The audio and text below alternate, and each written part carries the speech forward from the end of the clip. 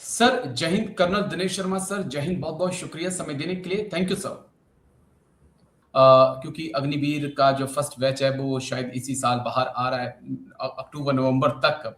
और उससे पहले सरकार ने कहा है कि सीएपीएफ में जो है नौकरियां हैं, चाहे सीआरपीएफ की बात करें, बीएसएफ की बात करें, सीआईएसएफ की बात करें, यहाँ पर 50-50% जो है सीटें रिजर्व रखी जा रही हैं अग्निवीरों के लिए। और अगर पूरे सीएपीएफ को देख रहा हूं तो लगभग 96,000 वैकेंसी अभी खाली रखी गई हैं, ताकि ये बच्चे आए उनको एडजस्ट किया जाए। लेकिन उसके बाद भी अभी भी बच्चों के जो अग्निवीर हमारे जवान हैं उनके दिमाग में सवाल है कि उनका फ्यूचर क्या होगा। तो कैसे उनके इस सवाल को आप देख रहे हैं, और क्या ये जो फर्स्ट बैच आएगा उससे पहले या उसके बाद सरकार कोई फैसला ले सकती है अग्निवीरों को लेकर सर?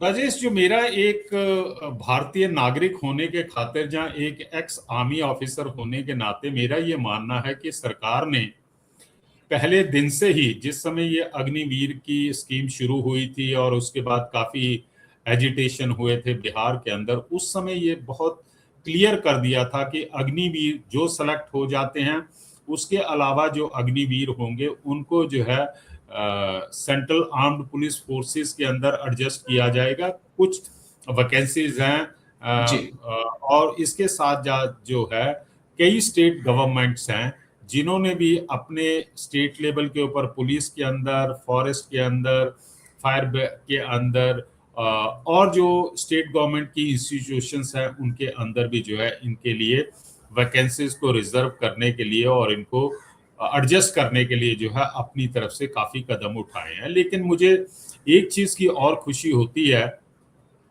जो कि फौज के आने के बाद मैं समझ रहा हूं कि जितनी भी इंडस्ट्रीज हैं, प्राइवेट सेक्टर हैं, इंडस्ट्रीज हैं, उनकी फर्स्ट चॉइस होती है कि हमारे को जो है एक्स आर्मी मैन मिल जाए, उसकी काबिलियत के मुताबिक, जहां पर कि उसको एडजस्ट कर लिया जाए। क्योंकि जो भी आर्मी मैन है, चाहे वो 4 साल की नौकरी करके आ रहा है या इससे ज्यादा आ रहा, उसके अंदर एक सेंस ऑफ डिसिप्लिन होता है, उसके अंदर लीडरशिप क्वालिटी होती है, उसके अंदर क्राइसिस मैनेजमेंट को टैकल करने की प्रॉब्लम होती है, बात करने का तरीका होता है। ओवरऑल मैं ये कह सकता हूं कि उसके अंदर कुछ ऐसे गुण होते हैं जो कि एक सिविलियन के अंदर नहीं होते। मेरा ये मतलब नहीं है कि मैं सिविलियन को कोई डिसरिस्पेक्ट से बात कर रहा हूं, क्योंकि ये फौज की ट्रेनिंग के दौरान जो है आपको इस प्रकार के जो है क्वालिटीज जो है आपके अंदर इनकलकेट हो जाती है। और मैं बहुत, लेकिन क्या इनको रिजेक्ट नहीं माना जाएगा?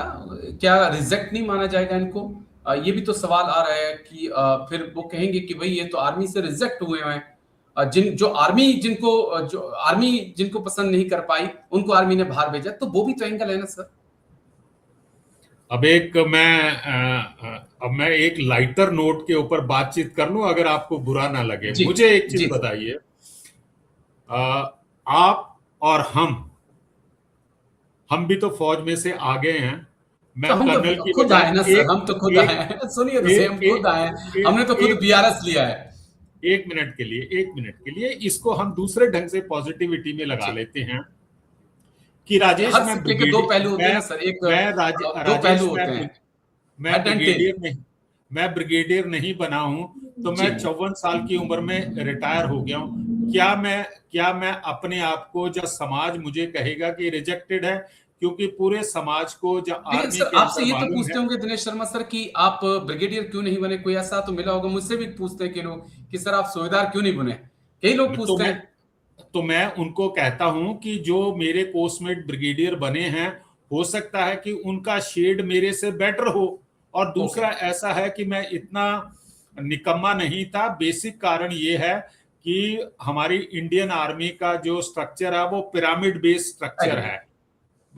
तो इसके अंदर से तो सवाल ही नहीं होता कि कोई कहे कि आप 4 साल के बाद रिजेक्टेड है। अरे भाई, ये तो टर्म्स ऑफ रेफरेंस है, ये तो आपकी नौकरी के रूल बने हुए हैं कि आप इतनी उम्र, इतनी सर्विस, या इस रैंक के बाद जो है आप रिटायर होंगे। तो इसका मतलब नहीं कि आप रिजेक्टेड है। और उसी प्रकार से हमारी 25% को सबको अगर बाहर कर देते तो शायद ये सवाल नहीं उठता, लेकिन 25% को जब आप वापस बुला लेंगे तो शायद मुझे लगता है कि फिर ये सवाल जरूर पूछा जाएगा सर। ये तो आपको मानना पड़ेगा।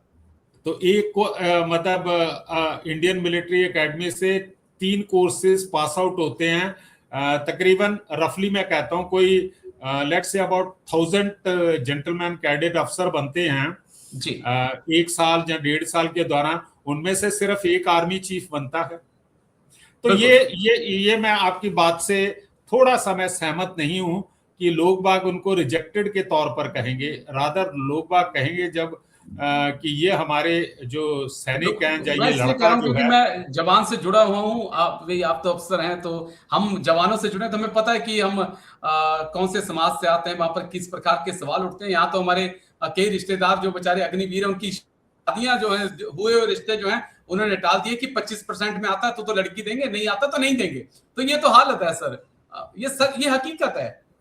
राजेश, चाहे अफसर हो या जवान हो, हमारा कंसर्न जो है पूरी भारतीय सेना के लिए बराबर रहेगा। और अगर इस प्रकार की फीलिंग आ रही है तो मैं समझूंगा कि ये एक प्रकार का एप्रीहेंशन है, क्योंकि ऑलरेडी हमेशा जो होता है आदमी चिंतित रहता है कि आने वाले दिनों में क्या होगा, लेकिन जब वो आने वाले दिनों के बारे में हम अपने जो दिन बीत चुके हैं उनको को रिलेट करते हैं तो ये डर या ये किस्म की जो जिज्ञासा होती है वो खत्म हो जाता है कि पीछे भी ऐसी घटनाएं हुई थी, कुछ समय के बाद ठीक हो गई, और अब आने वाले का भी समय, अगर पॉजिटिविटी है हमारे बच्चों के अंदर तो मुझे नहीं लगता है कि उनको किसी प्रकार की प्रॉब्लम होगी।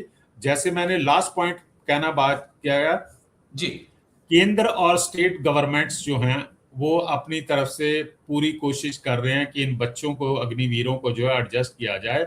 और इसके अलावा जो है कई जो इंडस्ट्रियल हाउसेज हैं, चाहे महिंद्रा है या और हैं, उन्होंने उस समय कहा था कि हम इन लोगों को जो है अपने यहाँ, we would love to have Agniveer as employ in our organisation. तो अब अभी तक की तो एप्रीहेंशन, अब देखते हैं जिस समय पहला बैच आउट आता है, क्योंकि पूरे देश की नजरें सरकार और स्टेट गवर्नमेंट के ऊपर होंगी। अब आने वाले दिनों में देखते हैं और नेक्स्ट टाइम फिर दोबारा इसके ऊपर डिस्कशन कर लेंगे। जो मेरा आंकलन है एज ए जर्नलिस्ट, मुझे लगता है कि पहला और दूसरा बैच सरकार पूरी तरह से कोशिश करेगी कि इसको कहीं ना कहीं अग्निवीर कोई भी बेरोजगार ना रहे, क्योंकि अगर ऐसा होता है तो शायद बड़ा इम्पैक्ट पड़ जाएगा। फिर जो बच्चे सोच भी रहे हैं कि हम आए, फिर वो भी आएंगे, क्योंकि पहले ही सरदारों ने मना कर दिया कि भैया हम तो अग्निवीर नहीं बनेंगे, बड़ी मुश्किल से रिक्रूटमेंट उनको मिल रही है। ऊपर से खबरें जाट से भी आ रही हैं, हरियाणा से भी इस प्रकार की खबरें आ रही है कि वहां से भी यूथ जो है वो नहीं चाह रहा है अग्निवीर बनना। तो अगर रीएम्प्लॉयमेंट इनको नहीं मिला तो शायद मुश्किलें बढ़ जाएंगी, लेकिन आई होप ऐसा होगा नहीं, क्योंकि 96,000 वैकेंसी सीएपीएफ में खाली हैं और हर अग्निवीर को नौकरी जरूर मिलेगी, ऐसा मैं भरोसा करता हूं आने वाले 2-3 सालों के लिए। लेकिन शुक्रिया, बहुत बहुत शुक्रिया कर्नल दिनेश शर्मा सर, आपने समय दिया और दोनों ही अहम मुद्दों पे आपने बात की। थैंक यू सर, जय हिंद, take care. Thank you sir, thank you sir.